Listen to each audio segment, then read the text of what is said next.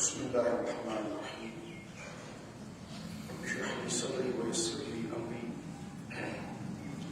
واحلل عقدة من لساني يفقهوا قولي.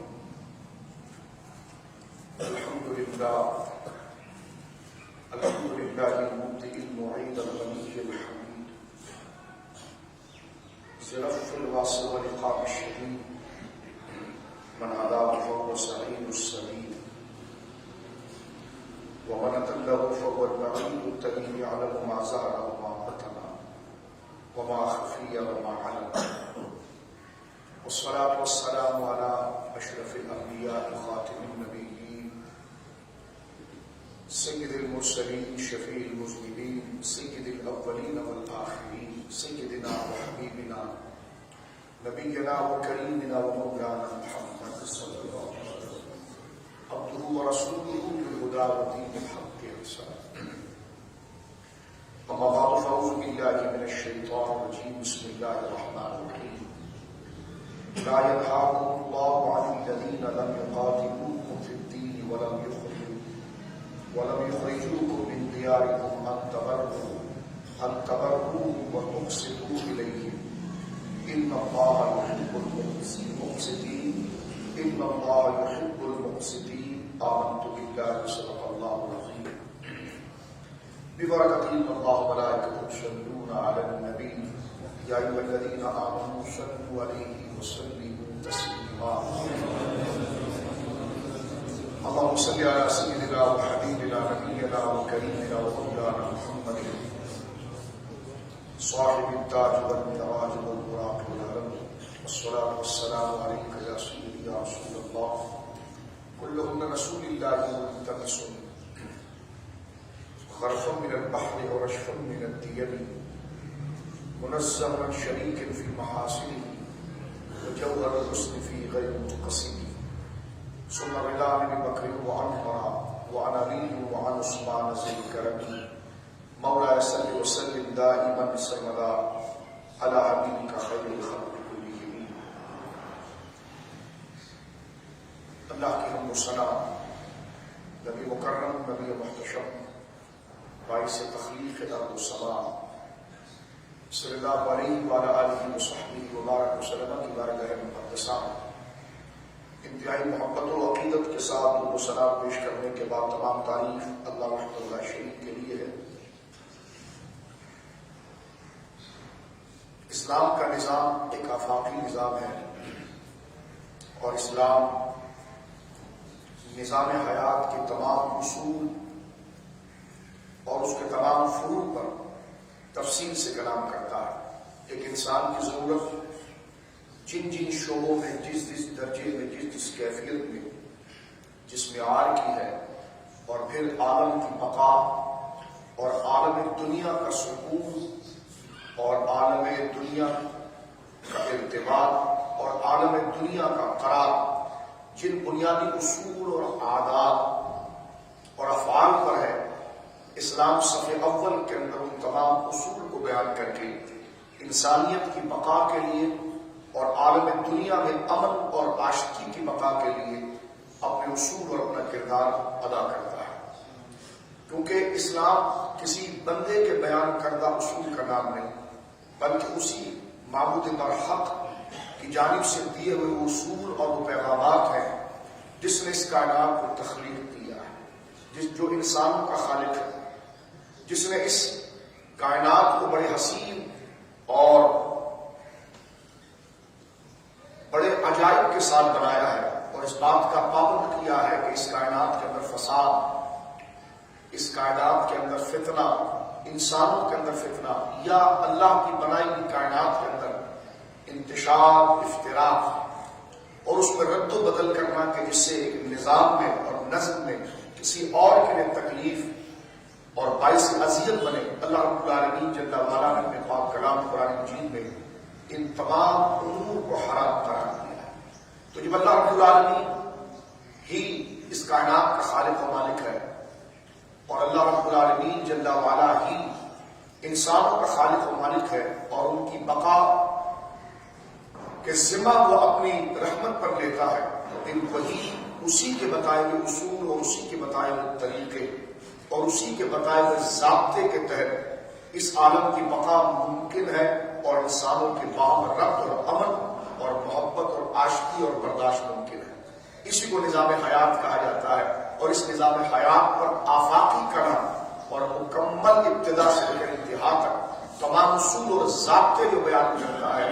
وہ قرآن مجید ہے، اور اس کی پریکٹیکل شکل کو اس عالم دنیا کے اندر اولین طور پر، حقیقی طور پر اللہ کی جانب سے جس نے ان تمام اصول کو باقاعدہ زمین پر رائج کر کے اس کے استعمال اور اس کے منافع اور اس کے فوائد سے تمام عالم دنیا کو آشنا کیا، وہ جناب خاتم النبیین صلی اللہ علیہ وسلم ہے، اور ان کے بعد آپ کے خلفاء راشدین ہیں۔ اسلام حقوق پر بہت زیادہ زور دیتا ہے، اس لیے کہ حقوق کی ادائیگی ہی باہم ایک دوسرے کا حق، باہم ایک دوسرے سے رشتہ، باہم ایک دوسرے کی ضرورت جو ہماری ایک دوسرے کے ساتھ جڑی ہوئی ہے، وہ ایسی ہے جیسے اپنے آپ کو خراب موسم اور دشمن کے حملے سے بچانے کے لیے بندہ کسی مکان میں یا کسی قلعے کے اندر محصور ہوتا ہے، تو اس کے حصار اور اس کی حفاظت کی دلیل جو چیز بنتی ہے وہ مکان بنتا ہے، یا وہ دروازہ بنتا ہے، یا وہ عمارت بنتی ہے، اور وہ عمارت یکمشت نہیں کھڑی ہو جاتی بلکہ وہ ایک ایک بلاکس اور ایک ایک اینٹ کے ساتھ جڑ کر وہ عمارت بنتی ہے، اور اس میں سے اگر ایک اینٹ کا تعلق دوسرے کے ساتھ توازن کے ساتھ نہ ہو تو پھر وہ عمارت کی دیوار یا وہ عمارت استقرار یا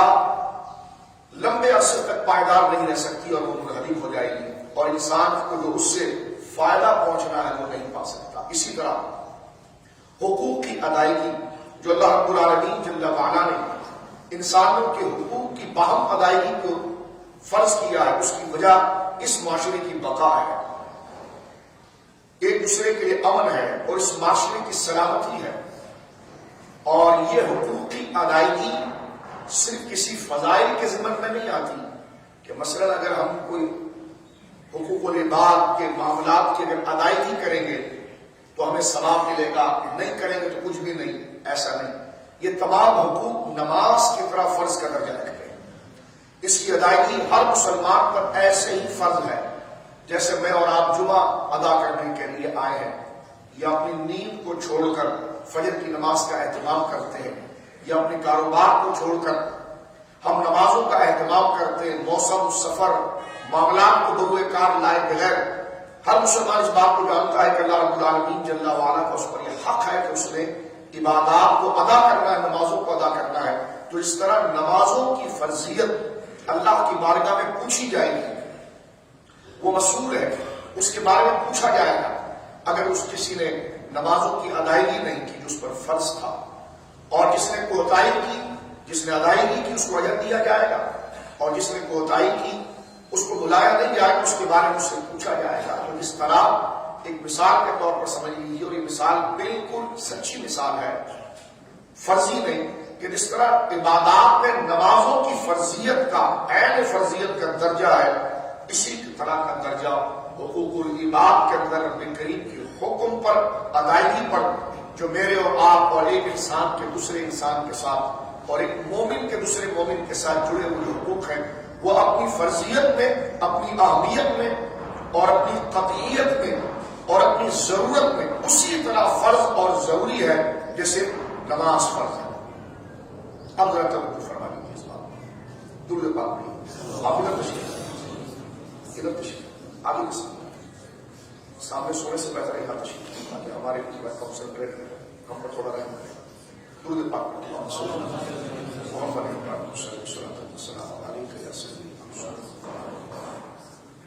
تو میں عرض کر رہا تھا آپ کی خدمت کے اندر کہ جس طرح نماز کی فرضیت ضروری اور لازم ہے، اس طرح انسانوں کے حقوق ایک دوسرے کے ساتھ جس پر ہماری توجہ نہیں ہوتی اور ہم اس کو غیر ضروری سمجھتے ہیں، اور ہم سمجھتے ہیں کہ شاید نماز ادا کر لی گئی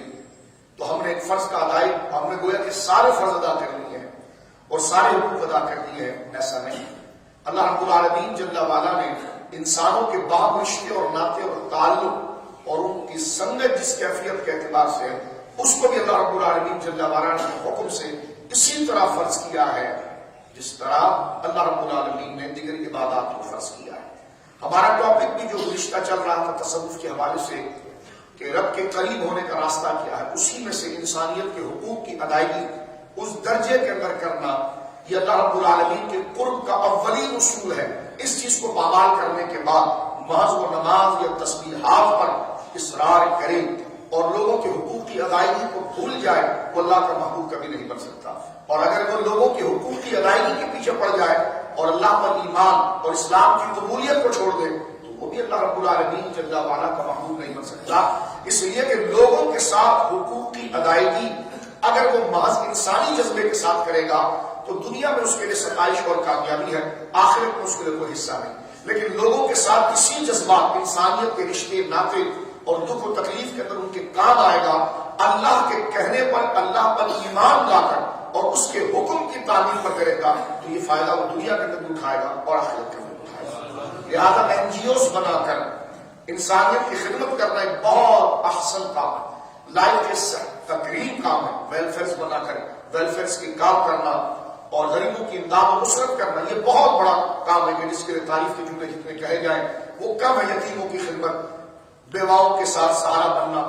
غریبوں کو کھانا کھلانا، ان کی ضروریات کو پورا کرنا، یہ بڑا آسان طریقہ ہے۔ لیکن اگر اس کے ساتھ محض انسانی جذبہ ہو اور اللہ کا احسان جو اس سے پہلے اس بندے کے حق سے پہلے اللہ کا حق ہے، اس بندے کے ساتھ ہمیں محبت سے پہلے اللہ کا حق ہے، اس کو اگر اللہ بندہ بھلا دے اور توحید اور رسالت اور اسلام سے خود کو عاری کر دے، معاذ اللہ اس سے دور کر دے اور انسانیت کے خیر خواہی کے کام ساری زندگی کرتا رہے تو زندگی میں تو شاید اس کے لیے بڑے نیکی کے جذبات رکھے جا سکتے ہیں، آخرت میں اس کے کوئی حصہ نہیں ہے کیونکہ دنیا بھی اس کے ایک انسانی جذبات تھے، اس کا اجر اس کو دنیا کے اندر مل گیا۔ اخروی جذبات کا اجر اسی ملے گا کہ جو اللہ یہ تمام امور اللہ کے کہنے پر، اللہ کے بتانے پر اور اللہ اور اس کے دین اس کے محبوب پر ایمان لا کر وہ کرے گا۔ کیونکہ ظاہر سی بات ہے کہ انسان کے ساتھ تجھے ترس اور رحم آ رہا ہے کہ اس کے حقوق کو تو ادا کرے، تو وہ ترس میں تیرے اندر جس نے پیدا کیا اس کا حق تیرے اوپر سب سے پہلے، اور جو تجھے جس نے بنایا ہے، تجھے جس نے اس خدمت کو اس کی ادائیگی کے لیے وسائل فراہم کیے ہیں اور تجھے یہ توفیق بخشی ہے، تجھے یہ جذبہ بخشا ہے، تجھے یہ سوچ بخشی ہے۔ کچھ تو انسانوں کو دانتوں سے نوچ کھا رہے ہیں، لیکن تیرے اندر اگر کسی انسان کی ضرورت یا اس کی ضرورت کے اعتبار سے تجھے اس کے اوپر رحم آ رہا ہے تو وہ کون سی ذات ہے کہ اس کے دل میں رحم نہیں آ رہا اور تیرے دل کے اندر اس رحم کو پیدا کر رہی ہے؟ تو وہ اللہ رب العالمین جل وعلا کا حق حقوق انسانیت میں سب سے پہلے ہے۔ لہٰذا دین اور شریعت کو پھلانگ کر اگر نیکی کی خدمت کی جائے تو اس کا کوئی اجر و ثواب آخرت کے اندر نہیں ہے۔ آخرت کے اندر اسی کا اجر ہے کہ جب اللہ کی توحید اور اس کے بتائے ہوئے ضابطے اور اس کے محبوب کریم صلی اللہ علیہ وسلم پر ایمان اور ان کی سیرت کے تقاضے کے تحت انسانیت کی خدمت کی جائے۔ اس کے بعد آگے بڑھ جانا چاہتے ہیں، جس طرح میں نے عرض کیا کہ انسانیت کا ایک دوسرے کے اوپر حق ہے اور اس حق کی ادائیگی کو اللہ رب العالمین نے نمازوں کی طرح فرض کیا ہے، اور یہ ایسا ہے یہ نہیں کہ بطور قوم کے ایک قوم دوسرے کی مدد کرے، ایک جھتہ بن جائے تو پھر ایک جھتہ یا ایک ٹیم ورک کے ساتھ ہم کسی کے ساتھ کام کریں۔ یقیناً ٹیم ورک باعتبار تہذیب اور سیولائزیشن اور معاشرت کی کام کرنا، ایک سوسائٹی نیکی کی بنا لینا، پوری سوسائٹی بنا لینا کہ جس سے انسانیت کی خدمت ہو اور پورا ایک گویا کے گروہ بنا لینا، ایک فکر کی انجمن بنا لینا تاکہ ہر بندہ اس کے اندر کسی کی خدمت کرنا ہو، یہ تو بہت اعلیٰ درجے کی بات ہے۔ لیکن یہاں پر شریعت جس بات کی خیر خواہی اور انسانوں کے حقوق کی ادائیگی کا ہمیں حکم دیتی ہے وہ بطور جماعت کے بعد میں بطور انفرادیت کے پہلے دیتی ہے کہ سنگل فردن فردن اکیلا اکیلا ایک ایک بندہ اپنے حقوق کی ادائیگی کے لیے وہ میدان عمل کے اندر وہ آئے۔ اگر یہ حقوق کی ادائیگی مثلا آگے بات ذکر آ رہی ہے، قرآن کریم کی آیت ہمارے سامنے موجود ہے، اس حقوق کی ادائیگی پر ہم گفتگو کریں گے۔ اگر ایک بندہ یہ دیکھے کہ بھائی وزیر اعظم یہی کام کریں گے، وزیر اعلیٰ صاحب یہ کام کریں گے، گورنر صاحب یہ کام کریں اور وہ اس کام کو کسی اتھارٹی کے سپرد کرے اور خود کو معاشرے کا جزو معطل کرے اور خود کو معاشرے سے غیر ضروری سمجھے اور جو چاہے وہ ملاوٹ کر رہا ہو، جھوٹ بول رہا ہو، دھوکہ کر رہا ہو، کرپشن کر رہا ہو، کسی کو مار رہا ہو، کسی کو گالی دے رہا ہو اور معاشرے کے اندر ہر وہ بد تہذیبی جو نقصان اور اذیت اور بربریت اور دہشت گردی کا باعث بن رہا ہو وہ کر رہا ہو، تو اگر ایک ایک بندہ اپنی ذمہ داری کسی معاشرے کی کمانڈ کے اوپر چھوڑ دے اور وہ خود اپنے آپ کو معطل کر دے تو پھر نہ یہ سکون سے رہے گا نہ کوئی دوسرا سکون سے رہے گا. پھر تو ہر بندہ چوری کرے گا, ہر بندہ گالی دے گا, ہر بندہ ملاوٹ کرے گا, ہر بندہ فراڈ کرے گا, ہر بندہ چوریاں کرے گا, ہر بندہ چوروں کی سرپرستی کرے گا, ہر بندہ ان مسائل کو حاصل کرنے کی کوشش کرے گا. تو لہذا ایک ایک بندہ خود کو شریعت مطہرہ کے تمام حقوق کی ادائیگی کے لیے تیار کرے, سچ بولنے کے لیے, امانت کے لیے, مسافروں کے ساتھ بھلائی کرنے کے لیے, جو حقوق جس کے ساتھ جڑے ہیں اس کو احسن عدل کے ساتھ اس کو ادا کرنے کے لیے. ان تمام حقوق کی ادائیگی اب تنہا بندہ کرے گا تو یہ تنہا ایک کر کے ہی معاشرہ بنتا ہے. پھر وہ یکائی گویا کہ ایک کا جو فرد ہے اس یکائی کے اعتبار سے, اس اکائی کے اعتبار سے ایک معاشرہ کھڑا ہوگا اور وہی معاشرہ سوسائٹی بنے گا اور وہی سوسائٹی گویا کہ کوئی اثر انداز ہو سکتا ہے. عموماً ہمارے اندر یہ ہوتا ہے کہ میری تو ذمہ داری نہیں, یہ ذمہ داری تو علامہ صاحب کی, جو خطیب ہے, یہ ذمہ داری تو جناب گورنر صاحب کی ہے, یہ ذمہ داری تو جناب ہم اوپر والے کو کہیں گے نہیں, یہ ذمہ داری ہمیں نہیں کی, ہمارے استادوں کی جن کے پاس ادارہ ہے, یہ ذمہ داری تو جناب میں کمان کی ہے, تو وزیر اعظم کی ہے, تو چیف صاحب کی ہے, ان کے پاس اختیارات ہیں. یہ اپنی طرف سے ان چیزوں کو چھوڑنا اور پھر خود نیچے کرپشن کا بازار گرم کرنا, رشوت کا بازار گرم کرنا, جھوٹ کا بازار گرم کرنا, جہاں موقع ملے کسی کی بھی گردن پر ہاتھ مار کر اپنا جائز ناجائز مقصد اس سے حاصل کر لینا. آج جو معاشرے کے اندر تباہی ہے اس کی وجہ یہ ہے کہ ہم اپنے لیے کمان اوپر کی طرف دیکھتے ہیں لیکن نیچے کی طرف ایک بندہ اپنی ذمہ داری کی ادائیگی کو نہیں سمجھتا. وہ یہ نہیں جانتا کہ تنہا اس کے ساتھ وزیر اعظم یا پوری ٹیم یا پورا پاکستان قبر کے اندر نہیں جائے گا, وہ تنہا قبر کے اندر جائے گا. اور فَمَن يَعْمَلْ مِثْقَالَ ذَرَّةٍ خَيْرًا يَرَهُ وَمَن يَعْمَلْ مِثْقَالَ ذَرَّةٍ شَرًّا يَرَهُ. اور تنہا ہر بندے سے اس کے معاملے کے ساتھ بعد میں پوچھا جائے گا. ہاں یہ الگ بات, جو کمان سنبھالا ہوا ہے اس سے نیچے کے سب کے بارے میں پوچھا جائے گا, باپ سے ساری اولادوں کے بارے میں پوچھا جائے گا, کنبے کے سربراہ کے بارے میں پورے کنبے کے بارے میں پوچھا جائے گا, امام کے بارے میں سارے مقتدیوں کے بارے میں اس سے پوچھا جائے گا, مرشد سے اس کے سارے مریدوں کے بارے میں پوچھا جائے گا, باپ سے اس کی ساری اولادوں کے بارے میں پوچھا جائے گا, اور جو حاکم وقت ہے اس سے اپنے ماتحت ہر شخص کے بارے میں پوچھا جائے گا. یہ تو اس کی گرفت یا اس کا اجر اپنی جگہ پر ہوگا, اس کو اجر بھی پھر سب کی جانب سے ملے گا اور اس کو پوچھا بھی سب کی جانب سے جائے گا کیونکہ وہ کمانڈ کر رہا ہے, وہ قائد ہے. اور حضور علیہ السلام کا فرمان ہے کہ وَكُلُّكُمْ رَاعٍ وَكُلُّكُمْ مَسْئُولٌ عَنْ رَعِيَّتِهِ, تم میں سے ہر شخص جو اوپر والا ہے اسے نیچے والے کے بارے میں پوچھا جائے گا کہ تیرے بچے کیا کر رہے تھے, تیری قوم کیا کر رہی تھی, تیرے مقتدی کیا کر رہے تھے, تیرے پاس کمان تھی, اسپیکر تھا, مائک تھا, آواز تھی, طاقت تھی, شہرت تھی, حلقہ تھا, تو نے خیر کے کام کے اندر کیا کوششیں کی ہے تو سب کی جانب سے اس کو اجر ایک بندے کو مل جائے گا, اور نہیں کی ہے تو ہر ایک کے گناہ کا اندر وہ گویا کہ شریک ہو گئی. یہ تو کمال جن کے پاس وہ ہے. لیکن اسی طرح جو انفرادی طور پر انڈیویجول جو ہر الگ بندہ ہے ان سے ان کے بارے میں پوچھا جائے گا کہ تو نے اپنی دکان پر ملاوٹ کیوں کی تھی, اور معاشرے کے اندر ایک بدامنی بے اعتمادی کیوں پیدا کی. عدالت کے جج سے پوچھا جائے گا تو نے جھوٹ بول کر غلط فیصلہ کیوں کیا تھا. وکیلوں سے پوچھا جائے گا تو نے پیسہ لے کر جھوٹی گواہیاں کیوں دی تھی. علماء سے پوچھا جائے گا کہ جو کرنٹ ایشوز تھے اس پر تم نے آواز کیوں نہیں اٹھائی. مرشدوں سے پوچھا جائے گا کہ تم حلقوں کے اندر تنہائی کے اندر موجود تھے اور بدعقیدگی اور بدعملی میدان کے اندر پھیلی ہوئی تھی اور اسلام کے خلاف سازشیں ہو رہی تھی. تم نے اس وقت اپنے حلقے کے اندر لوگوں کو حق بات کرنے کے لیے اور سچائی اور امن کے فروغ کے لیے تیار کیوں نہیں کیا تھا. باپ سے پوچھا جائے گا کہ صرف وہ کما کر لاتا تھا, سو جاتا تھا, بھلے حلال کما کر لاتا تھا, لیکن بچوں کی اخلاقی نظریاتی تربیت کہ وہ کن سے ملتے ہیں, کن سے دوستی رکھتے ہیں, کہاں جاتے ہیں, کہاں رہتے ہیں, کیا بولی بولتے ہیں, ان کا رویہ کیا ہے, ان کی مکمل نگہداشت اپنی بیٹی اور بیٹوں سے متعلق اس نے کیا کی ہے. تو گویا کہ ایک انفرادی شخص کے ساتھ اس کے تمام زندگی کے معاملات کو پوچھا جائے گا. یہ حقوق العباد کا وہ سلسلہ ہے جس کی فرضیت نمازوں کی طرف فرض کی گئی ہے. میرے دوستوں, تو لہٰذا اگر اس کو بروکار نہ لایا تو اس سے تو بہت بڑا فساد پیدا ہوگا. آج اگر ہم دیکھتے ہیں تو باقاعدہ طور پر باہر دنیا کے اندر اور عالمی دنیا کے اندر ایسے دستاویزات اور ایسے منشور بنائے گئے, جیسے انسانی حقوق کا عالمی منشور ہے, ایسے منشور بنائے گئے, ایسے دستاویزات اور ایسے گویا کہ قانون بنائے گئے کہ جس میں ہر ایک کے حقوق کی ازادی اور ہر ایک کے حقوق کی جو لمٹ اور درجہ ہے وہ بیان کیا گیا. اور اسلام کے پاس وہ تمام چیزیں قرآن مجید میں موجود ہے, احادیث میں موجود ہے, آثار صحابہ میں موجود ہے, اور فقہاء نے جو اسلامی حکومتوں کے اندر ہر ایک کے حقوق، یعنی ایک کمزور سے کمزور آدمی کا کیا حق ہے دوسرے کے اوپر،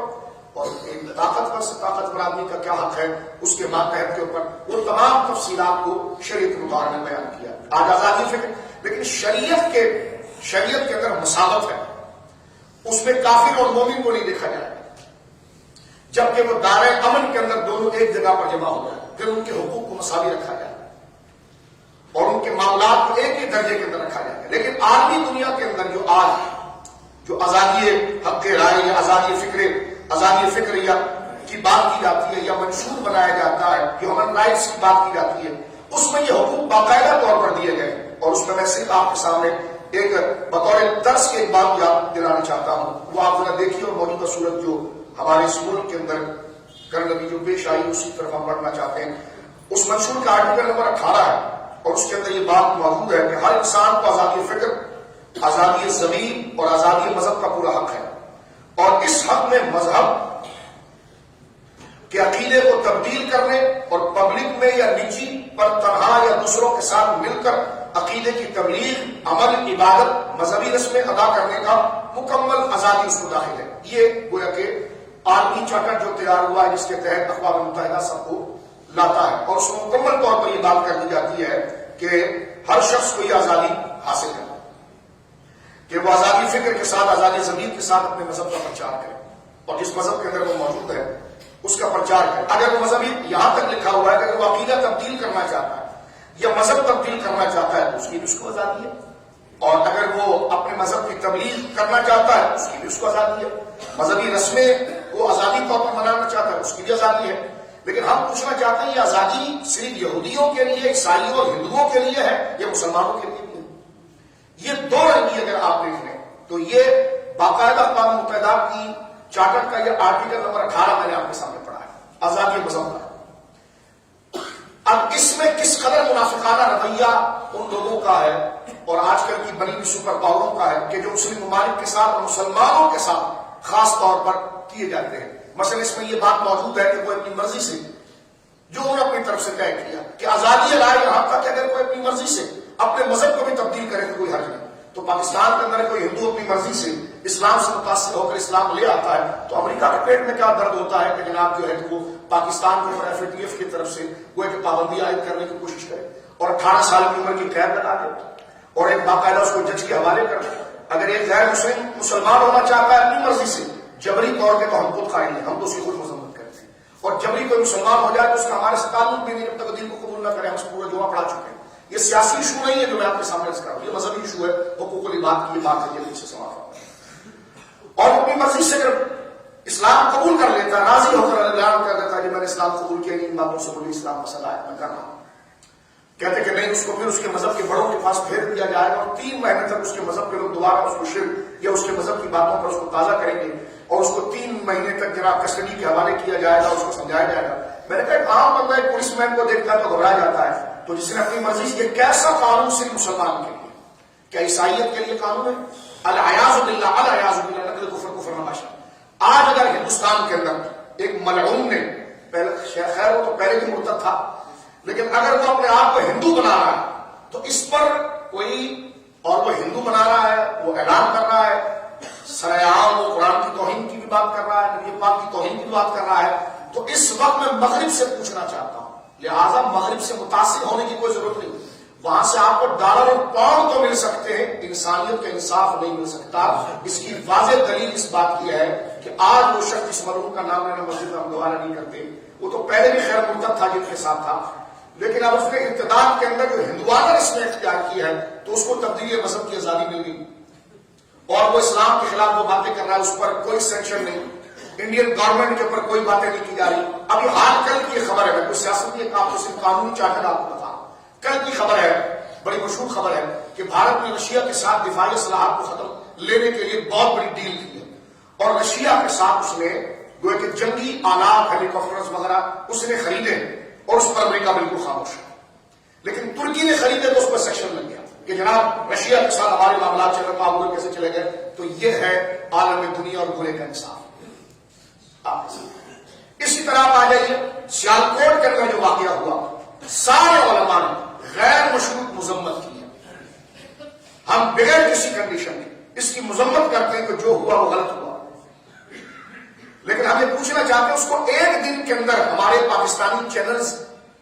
مذہبی تنظیموں پر کیسے فٹ کر رہے ہیں؟ ان کے پاس کیا ایسا میکینزم ہے کہ ان کو پتا چل گیا کہ یہ مذہبی لوگ تھے، اور ایک مذہبی ایک دن کے اندر 24 گھنٹے کے اندر جناب اس کی رپورٹ کے بغیر، اس کی تحقیق کے بغیر جناب ہر میڈیا کا اینکر پرسن اس پر تبصرہ کر رہا ہے، اور ظاہری الفاظ میں نہیں تو اشارتاً کو مذہب اور اسلام کے اوپر اس بات کو ڈال رہا ہے، اور وزیر اعظم اس کی مذمت کر رہے ہیں. ہمارے ملک کے چیف آف آرمی اسٹاف جیسا معتمد آدمی اس کی مذمت کر رہا ہے. شعبہ زندگی کا ہر معتبر آدمی اس کی مذمت کر رہا ہے. علماء پریس کانفرنس کر کر کے مذمت کر رہے ہیں. لیکن یہ ہمارے سمجھدار اینکر پرسن کے کانوں پر جوں نہیں رہیں گے، اور وہ اس پر اسکورنگ کر رہے ہیں. ایک کے بعد ایک پروگرام ہو رہا ہے اور اس کو پورا مذہبی جنون کے نام پر لایا جا رہا ہے. میں کہتا اسٹاپ یہی رک جائیے. حال میں جو کینیڈا کے اندر ایک پوری پاکستانی فیملی کے اوپر اس میں ٹرک چڑھائی، اس کی تو تحقیق آئی ہے کہ اس نے مسلمان سمجھ کے مارا، تو تحقیق آ چکی ہے. لیکن بتائیے عیسائیت پر آج میں کس مردود اور ملعون چینل کا نام دوں ہمارے ملک کے، جس نے اسلام کے خلاف سازشیں ان 3 دنوں کے اندر جتنی کرنی تھی انہوں نے کر دی. ٹھیک ہے، کر دی. اور میں پوچھتا ہوں کہ اس میں تو مسلمان، اس نے کہا یہ مسلمان تھے، اس لیے فیملی سمیت بیوی بچے، آپ ساری واضح باتیں کینیڈا کے اندر کتنا گویا کہ کتنی بڑی سیویلائزیشن ہے اور تہذیب ہے. پاکستان کو گھٹیا سمجھا جاتا ہے، تو اس ملک کے اندر اس نے ٹرک چڑھا دیا. اور نیوزی لینڈ کے اندر مسجد میں گھس کر اس نے جناب کئی، یعنی آپ دیکھیں کتنے مسلمانوں کو جو مسجدوں کے اندر بیٹھے ہوئے تھے، وہ شہری تھے، وہ پرامن بیٹھے ہوئے تھے، ان کا کیا قصور تھا؟ ان کو کتنی بے دردی کے ساتھ اس نے مار دیا. ہم اس کی بھی مذمت کرتے ہیں، سیالکوٹ کی بھی مذمت کرتے ہیں، لیکن ان کی مذمت کو قبول کر کے ایک بیان کے بعد ہمارے چینل نے دوبارہ نہیں چلایا. اور ہمارے ملک کے سارے حساس ادارے، سارے علماء، افواج، بحری و بری افواج، علماء، ہر مکتبہ فکر کا عالم، ہر سیاسی جماعت کا فرد، ہمارے وزیر اعظم تمام مذمت کر رہے ہیں کہ ہم اس کی مذمت کر رہے ہیں. لیکن اس کے باوجود اس کا ایک ٹیکر چلتا ہے اور پھر اس کے بعد تمام چیزیں گویا کہ اسلام کی طرف لانے کی کوشش کی جاتی ہے. تو لہٰذا یہ تمام چیزیں کیا ہے؟ انصاف رکھنے والا آدمی اس بات کو سمجھتا ہے کہ اس کا حقانیت سے کوئی تعلق نہیں، یہ دجل ہے، یہ ایک سازش ہے، اس کا اسلام سے کوئی تعلق نہیں ہے. اور آج بھی ہم اس بات کا مطالبہ کرتے ہیں کہ جس شخص نے سیالکوٹ کے اندر یہ کام کیا ہے، عدالت کے نظر کے اندر صحیح گواہی اور تحقیق کے ساتھ اس کو قرار باقی گویا کہ سزا دی جائے. اس قسم کی بربریت یہ معاشرے کے اندر انارکی کا باعث ہے. کوئی نہیں یہ کام کر سکتا کہ یہ مذہب کا نام لیا. میں نے کہا ایک بات سنیں، اگر کوئی شخص خدا نہ کرے کہیں پر گن لے کر آ جائے اور بازار میں سب پر فائرنگ کرنا شروع کر دے اور کہے پاک فوج زندہ باد، پاکستان زندہ باد، تو کیا دوسرے رہ کر یہ کہے گا کہ یہ مذہبی، یہ گویا کہ اداروں نے یہ کام کیا ہے، افواج نے یہ کام کیا؟ نہیں کہے گا. تو کوئی کسی کے ساتھ دہشت گردی کر کے کسی کا بھی نعرہ لگا دے تو صرف نعرے پر آپ کس طرح، صرف ایک بولی پر آپ کس طرح ایک چیز کو مکمل نتیجہ اور رزلٹ دے سکتے ہیں. تو میں آپ کے سامنے سادی سی بات کر رہا ہوں، کوئی کسی کی دکان پر جا کر پستل سے چوری کرے اور جناب بولے، اور جو یہ چینل والے ہیں ان کا نام کہ فلاں چینل زندہ باد، اور جو یہ اینکر مردود اور ملعون ملحد اور لبرل جو ہمارے ملک پر مسلط ہے، یہ خناس، ان کا نام لے کر کہے اور ان کے نام کے نعرے لگائے تو 4 بندے کہے کہ جناب اچھا وہ فلاں چینل پر جو 9 سے 10 بیٹھتا ہے یا 10 سے 11 بیٹھتا ہے یہ اس کے بندے، تو کیا یہ نعرہ صرف اس کے نام کا اتنی بڑی دہشت گردی اور چوری کے بعد قبول کر لیا جائے گا؟ کہنے لگا نہیں، اس کی تحقیق ہونی چاہیے. تو میں نے کہا تمہاری مثال تو پٹی نہ پٹی کے شعبے کی ہے. اگر وہ اسلام کا نعرہ کوئی لگا نہیں لیتا ہے تو اس کو مسلمان کہہ رہا ہے اسلامی تنظیم کا اس کے ساتھ بغیر تحقیق کے لنک نکالنا یہ کیسے ہوتا ہے؟ مکمل طور پر مذمت ہے. خیر اس موضوع کو ہم اگلے جمعے تک کی طرف لے جاتے ہیں، لیکن یہ کہ خاص طور پر یہ کرنٹ ایشوز جو ہے وہ ہمارے سامنے تھا کہ لہٰذا جمعے کے اس جلسے کے اندر ہم ایک دفعہ پھر مسجد کے اندر سیالکوٹ کے اندر جو سانحہ ہوا ہے ان کے خاندان کے ساتھ ہم افسوس کرتے ہیں، یہ غلط ہوا ہے. اور جس بندے نے کام کیا کوئی بھی ہو، یہ دہشت گردی کی ہے، بربریت کی ہے، اور اس کو قرار واقعی سزا دی جائے، اس کو پکڑا جائے. تو ہم اور کیا کر سکتے ہیں؟ اور آپ اینکرز اور یہودیوں کے ایجنٹ اور لبرل ہم سے کیا چاہتے ہیں؟ ہمارے ہاتھ میں اقتدار دے دیجیے، عدالت ہمیں دے دیجیے، کل ہم عدالت لگا کے اس کو پھانسی چڑھا دیتے ہیں، لیکن اسی کو کل آپ چھوڑ دیں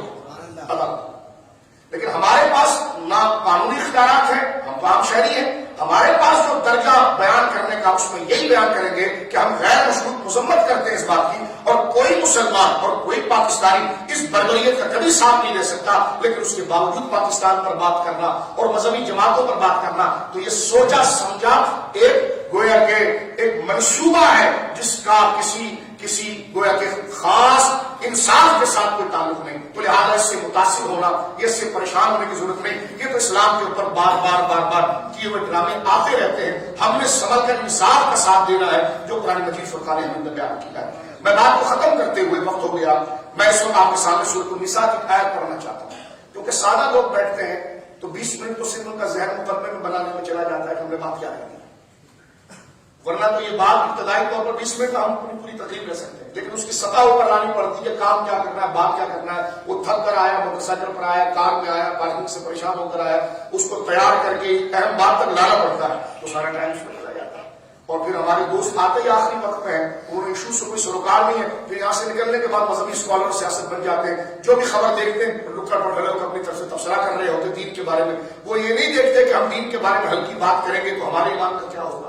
اور ہم کتنے بڑے مجرم ہوں گے. تو لہٰذا پہلے سمجھدار لوگوں کے پاس بیٹھ کر اس ایشو کو سمجھ لیجیے، پھر کہیں پر اگر کمنٹس کرنا ہے، رائے دینا ہے تو یہ کی بات ہے. ہمارے سارے علماء نے اس پر باقاعدہ آرٹیکلز لکھے ہیں اور اس پر جناب جو ہے پریس کانفرنس کی ہے. یہ ساری چیزیں آپ کے سامنے ہیں، لیکن اینکرز اس کو گویا کہ کوئی اہمیت نہیں دیتے اور اس کی تمام چیزیں آپ کے سامنے. قرآن مجید نے کیا ذکر کیا، آیت کا صرف ترجمہ سنیے. ہر مسلمان الحمدللہ ان تمام حقوق پر ایمان رکھتا ہے. اگر کوئی ایک بندہ غلطی کرے تو وہ غلطی اگر اس نے ناجائز کام کیا ہے تو مسلم امہ کبھی بھی ناجائز کام کی تائید نہیں کرتی، یہ تائید گورا کرتا ہے. اور گورے نے کر کے دکھایا. نیوزی لینڈ کے اندر بھی یہ ہوا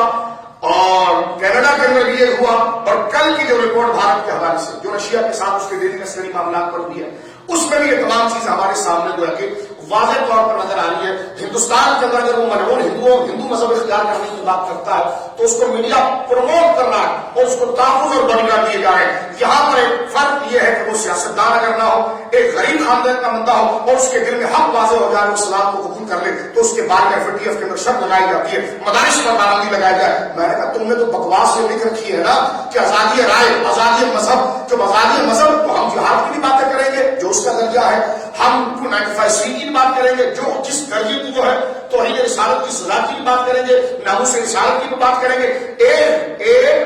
ایک گویا کہ ناحق مارے جانے والے شخص کی سزا کیا ہے اس پر بھی ہم بات کریں گے. گویا کہ ہر حقوق پر ہم بات کریں گے. جب آزادی رائے کی بات ہے تو تم کون ہوتے ہو ہمارے مدرسے کے اندر ہمارے دین کا نصاب متعین کرنے والے کہ یہ آیت پڑھائی جائے گی، یہ آیت نہیں پڑھی جائے گی، یہ سلیبس ہم بنا کر دیں گے، یہ آپ بنا کر دیں گے. میں نے کہا کہ عیسائی کمیونٹی کو یہ دیا جاتا ہے، یہودیت کو یہ دیا جاتا ہے، ہندو مت کو یہ دیا جاتا ہے، سکھوں کو یہ دیا جاتا ہے. تو یہ صرف عالمی حقوق کی پاسداری کے نام پر ایک ڈرامہ ہے اور اسلام کے خلاف دشمنی ہے. اور یہ کوئی جذباتی جملہ نہیں، یہ ساری چیزیں میں نے یہاں سے آپ کو دلائی ہے اور آپ سب پڑھے لکھے لوگ ہیں. انصاف کا ایک ترازو ذہن میں رکھ کر آپ اس چیز کو خود پیاری کر دیجیے. قرآن کیا کہتا ہے؟ دیکھیے وَاعْبُدُوا اللَّهَ وَلَا تُشْرِكُوا بِهِ شَيْئًا. سب سے پہلے اللہ کا حق ہے کہ اس کو ایک مانو، اس کے ساتھ کسی کو شریک نہ کرو. وَبِالْوَالِدَيْنِ إِحْسَانًا، اور اپنے والدین کے ساتھ احسان کے ساتھ پیش آؤ. وَبِذِي الْقُرْبَىٰ، اور اپنے رشتہ داروں کے ساتھ احسان کے ساتھ پیش آؤ. یہ چارٹر بیان ہو رہا ہے پورا اصول. وَالْيَتَامَىٰ، اور معاشرے کے جو یتیم ہیں ان کے ساتھ بھلائی کے ساتھ پیش آؤ. آگے اس کے حقوق کی تفصیل ہے. والمساکین، اور نادار غریب لوگ جن کے پاس نہ چھت ہے نہ کھانے کو کچھ ہے. مسلمانوں کو نمازوں کی طرح پابند کیا جا رہا ہے کہ ان کے کام آؤ. فرمایا والجار ذی القربیٰ، اور ایسے تمہارے پڑوسی جو تمہارے رشتے دار ہیں ان کے ساتھ پہلے پیش آؤ. ان سے تمہارے دو حقوق ہیں، ایک تو پڑوسی کے حقوق ادا کرنا ہے اور پھر دوسرا وہ تمہارے رشتے دار ہیں. تو فرمایا ان کے ساتھ تم پہلے پیش آؤ. والجار الجنب، اور فرمایا اجنبی پڑوسی جو تمہارے رشتے دار نہیں لیکن اسلام کا حکم ہے کہ جناب وہ پڑوس میں ہے، اب مسلم ہو یا غیر مسلم، اس کے ساتھ بھلائی کے تعلقات کرنا کہ تمہاری ذات سے اس کو کوئی تکلیف ضرر نقصان نہ ہو. جیسے سرکار نے صلی اللہ علیہ وسلم نے فرمایا اپنے گھر کی چھت پر دیوار بھی بڑی نہ کرنا کہ تیرے پڑوس کے گھر تک ہوا اٹھ جائے. فرمایا اس حق کے اندر تمام مساوی ہے اور مسلمان اس بات کا اعلان کرتا ہے، قرآن مجید میں یہ موجود ہے. فرمایا وہ صاحب بالجنب، اور تیرے کروٹ کا ساتھی. یہ قرآن بڑی معنی خیز بات کی، تیری کروٹ کا ساتھی. اس میں بیوی بھی آ جاتی ہے، اس میں روزمرہ ہمارے ساتھ مجلس میں بیٹھنے والا قریب کا ساتھی وہ بھی آ جاتا ہے. کوئی بس میں سواری کرنے والا ساتھ میں جو بیٹھا ہوا ہے ہمارے ساتھ مسافر وہ بھی آ جاتا ہے. تو شریعت مطالعہ یہ کہتی ہے کہ تمام پڑوسی چاہے وہ تمہارے رشتے دار ہو یا غیر رشتے دار ان کے حقوق تم ادا کرو. اور پھر تمہارا کربت کا ساتھی، اس میں تمہارے پیر بھائی بھی آ گئے، مذہبی دوست بھی آ گئے، بیوی بھی آ گئی، اور تمہارے وہ لوگ جس کے ساتھ تم سفر کرتے ہو، یا کسی مجلس میں ایک 5 منٹ کے لیے گیدرنگ ہو گئی، آپ نے چائے کی پیالی لی اور ایک ٹیبل کے اوپر آپ بیٹھ گئے، آپ کے ساتھ وہ بندہ بیٹھا تھا، اس کا بھی حق یہ ہے کہ آپ کی کوہنی اس کو نہ لگے، آپ اس کی جگہ کو نہ گھیر لیں، آپ سے اس کو کسی قسم کی فکری اور بدنی اور جو ہے کہ روحانی تکلیف نہ پہنچے۔ شریعت مطالعہ 5 منٹ 1 منٹ کی بھی اگر گیدرنگ کسی کے ساتھ ہو، شریعت نے اس کے حقوق کا بھی پابند کرنا ہے۔ سبیل مسافروں کے ساتھ تم نے احسان کرنا ہے، وما ما ملکت ایمانکم، اور جو تمہارے غلام ہیں جو پہلے ہوا کرتے تھے ان کے ساتھ تم نے نیکی کرنی ہے۔ اور آگے اللہ نے کیا فرمایا، جو کسی کا خیال نہیں رکھتا اور آگے بڑھتا ہے تو اس کا مطلب ہے کہ وہ متکبر ہے، متکبر ہے۔ تو اللہ نے آخر میں یہ بات کر دی، جس پر ہم بات کو ختم کرتے ہیں کہ ان اللہ لا يحب من كان مختالا فخورا، اور بے شک اللہ رب العالمین مغرور اور متکبر کو پسند نہیں کرتا، اور جو لوگوں کے حق ادا کرتا ہے وہ مغرور نہیں ہوتا۔ جو لوگوں کے حق ادا نہیں کرتا، سگنل بند ہے اور اگلے کے جانے کا سگنل آن ہے، لیکن ہم گزر جائیں یہ تکبر ہے۔ اگلے کی جگہ ایک 5 منٹ کے بندہ بیٹھا، اس کی سیٹ بھی ہماری سیٹ ہے لیکن ہم کوہنی نکال کے بیٹھے تاکہ ہم پھیل کر بڑھیں، یہ بھی تکبر کی علامت ہے۔ تو سارے حقوق کو بیان کرنے کے بعد اللہ نے اس جڑ کو بیان کیا کہ وہ کیا جڑ ہے جس کی وجہ سے ہم کسی کے حق کو ادا نہیں کرتے، اس کے لیے 2 لفظ اللہ نے بیان فرمائے، ان اللہ لا يحب، اللہ رب العالمین کبھی محبت نہیں کرتا ایسے شخص سے، من کان مختالا فخورا، جو متکبر ہو اور جو مغرور ہو۔ یہاں ایک بات کی گئی ہے، مختار اور فخور، بس اس پر تقریر ختم کرتے ہیں۔ مختار جو ہے وہ متکبر کو کہتے ہیں، میں سب سے اچھا ہوں معاذ اللہ، یہ اور میں سب سے پاس ہوں، سب بیٹیاں ہیں معاذ اللہ، یہ اس شخص کو کہتے ہیں مختار۔ اللہ نے 2 صفتیں بیان کی متکبر، ایک مختار ایک فخور۔ مختار اس کو کہتے ہیں جو بہت زیادہ پراؤڈی ہو، کسی کو حیثیت نہ دے اور سمجھے کہ بس میں بڑے خاندان کو، میری جماعت بہت بڑی ہے تو اس کو کیا ضرورت ہے، میں کس طرح کاندھے پھیلا کے دیکھوں، میں روڈوں پر چاہوں تو چاہے 20 کی سپیڈ میں چلوں لیکن فرسٹ ٹریک پر چلوں، اور پیچھے والا ضروری آ جائے، ایمبولینس آ جائے، دیگر آ جائے، جس کو ضروری جانا ہو وہ گویا کہ لائٹ بھی کھا رہا ہو، ہارن بھی بجا رہا ہو، لیکن میں نے نہیں ہٹانا کیونکہ میں بدماش ہوں، میری گاڑی کے اوپر روٹر لگا ہوا ہے، اور جناب جو ہے کہ میں سیاسی کارڈ میرے پاس ہے، میرے تعلق فلاں سے، تو یہ وہ بدماش ہے کہ جو کیا چیز ہے اس کو جو اگلے کے حق کو نہیں دے رہی ہے وہ اس کا تکبر ہے، وہ اس کی بڑائی ہے۔ اور قرآن دوسری بات کہتا ہے فخورا، فخور اس غلیظ آدمی کو کہتے ہیں جو لوگوں کی زبان سے اپنی تعریف سننا چاہتا ہے کہ واہ کیا گاڑی چلائی گا، واہ کیسی بدماشی دکھائے گا، واہ۔ تو جو لوگوں کے منہ سے اپنی تعریف سننا چاہے وہ فخور ہے، اور جو لوگوں کو ذلیل سمجھ کر ان کو گویا کہ نکما سمجھ کر خود کو بڑا سمجھدار اور خود کو بڑا حقدار، خود کو ایک جابر و ظالم سمجھ رہا ہو، وہ مختال ہے۔ تو قرآن کریم میں فرماتا ہے ان اللہ لا يحب من كان مختالا فخورا، خود کو بڑا سمجھنے والے کو بھی خدا پسند نہیں کرتا، اور اس لیے پارسا بن جائے کہ لوگ اس کی واہ واہ کریں، فخور اس بدماش کو بھی خدا پسند نہیں کرتا، خدا اس کو پسند کرتا ہے کہ وہ کسی کا بھی حق ادا کرے تو صرف اللہ کے لیے ذات۔ اللہ رب العالمین حقوق العباد کے اس معاملے کو سمجھنے کی توفیق عطا فرمائے، اور اللہ رب العالمین ہمارے ملک کو اس قسم کی سازشوں سے اور اس قسم کے حملوں سے اللہ رب العالمین محفوظ فرمائے۔ مسلمان جہاں پر بھی باہر ہیں اللہ رب العالمین تمام کی جان و مال کی حفاظت فرمائے۔ واخر دعوانا